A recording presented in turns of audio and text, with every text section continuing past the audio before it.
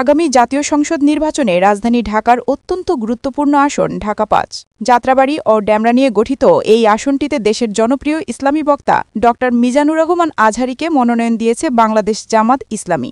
এমন তথ্য ছড়িয়ে পড়েছে সামাজিক যোগাযোগ মাধ্যমে। বুধবার নাকি দলটির আমির ড শফিকুর রহমান আনুষ্ঠানিকভাবে ড আজহারীর প্রার্থিতা ঘোষণা করেছেন। এ নিয়েই এখন রাজনৈতিক অঙ্গন ও সোশ্যাল মিডিয়ায় ব্যাপক আলোচনা।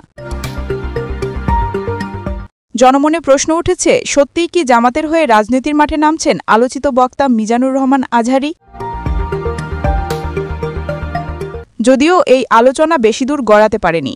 তার আগেই জামাতের পক্ষ থেকে বুধবার বিকেলে জানানো হয়েছে, আজহারী বাংলাদেশ জামাত ইসলামীর মনোনয়ন পেয়েছেন তথ্যটি সঠিক নয়, বরং গুজব। দলটির সহকারী সেক্রেটারি জেনারেল ও মিডিয়া বিভাগের প্রধান এহসান মাহবুব জুবায়ের সাংবাদিকদের বলেন, জামাতের থেকে মিজানুর রহমান আজহারীকে মনোনয়ন দেওয়ার খবরটি গুজব, এমনটি হওয়ার কোনো সম্ভাবনা নেই। এদিকে বুধবার দুপুরে সামাজিক যোগাযোগ মাধ্যমে প্রকাশিত বিভিন্ন পোস্ট ও অনানুষ্ঠানিক প্রচারের সূত্র ধরে অনেকে বিষয়টি সত্য বলে ধরে নিয়ে মিজানুর রহমান আজহারীকে অভিনন্দন জানাতে শুরু করেন। তবে এ ধরনের ভুয়া তথ্য প্রচারের বিষয়ে সতর্ক থাকতে এবং যাচাই বাছাই ছাড়া রাজনৈতিক প্রার্থিতা নিয়ে কোনো তথ্য গ্রহণ না করার আহ্বান জানিয়েছেন জামাতের সহকারী সেক্রেটারি জেনারেল ও মিডিয়া বিভাগের প্রধান এহসান মাহবুব জুবায়ের। সাদিয়া ইসলাম, নিউজ, VNN।